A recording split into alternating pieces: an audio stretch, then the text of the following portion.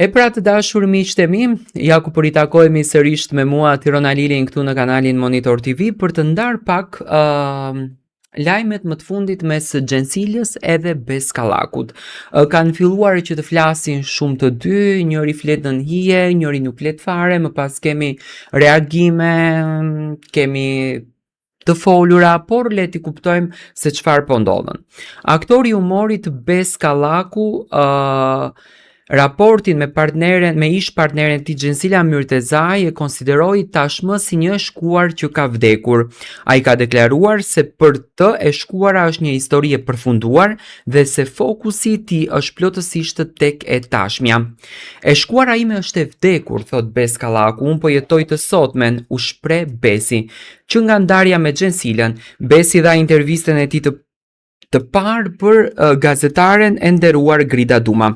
Por përveç atyre që aktori i tha dhe i preku, fansat në rrjet dukeshin të shqetësuar për gjendjen e tij. Të shumta kanë qenë komentet në rrjete që janë shprehur se Besi gjendet në një moment të vështirë emocional, por ashtu edhe fizik. Shiko si i dridhen duart. Ti more djalë ke nevojë për ndihmë. Ishin vetëm disa nga komentet më të shpeshta që gjendeshin poshtë videove të këngëtarit. Besi foli edhe për zhgënjimet që në fakt ka përjetuar në jetën e tij nga njerëzit që dikur i kishte pranë. Ai thekson se forca dhe pasuria e tij më e madhe janë dy fëmijët edhe prindërit. Besi thot kështu: Zoti është me mua. Kush mund të jetë kundër meje? Përveç se ju kam dhënë dorën, ju kam dhënë edhe bukën. Sa do të zjas nata, do të lindë edhe dielli, do të vit dita.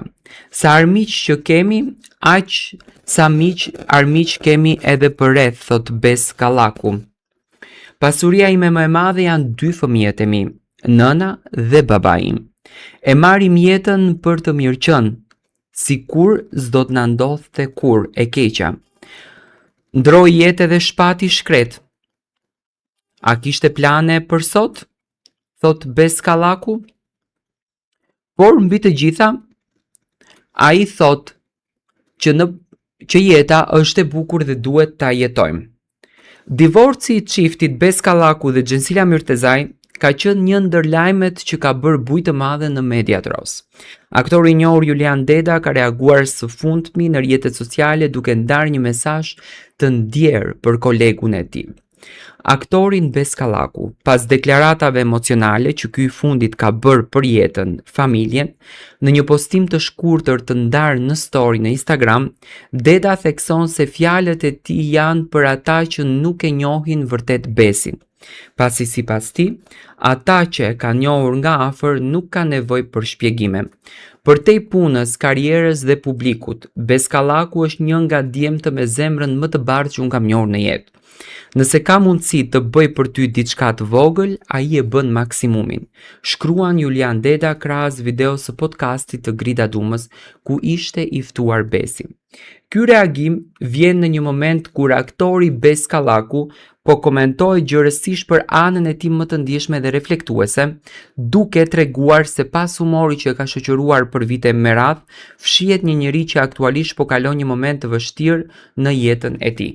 Tani që i dridhen duar, që është në stres, është më se normale sepse të flasësh për jetën tënde, të flasësh për një të kaluar që ti ke investuar shumë, të flasësh për një të kaluar që në ty ka ndërtuar një shpirt, ka ndërtuar një zemër, ka ndërtuar një jetë, nuk është e lehtë dhe për Beskallaku nuk ishte e lehtë që të flet për raportin e tij me Gjensila Myrtezajn, të flet për dashurinë e tij me Gjensilën dhe normalisht që nga emocionet dridhet dhe shqetësohet.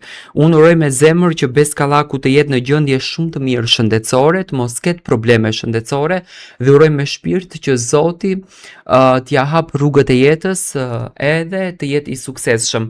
Normalisht që ka nevojë për vajzën, ka nevojë për djalin e tij, për Amenin, për Ajkën që i ka të çmuar dhe uroj me zemër që të ketë një ribashkim edhe pse domethënë për Besin kishte vdekur marrëdhënia me Gjensila Myrtezajn, por që gjendja e tij shëndetësore është e përkeqësuar apo që ai vuan nga një problem shëndetësor, nuk ekziston një lajm i tillë.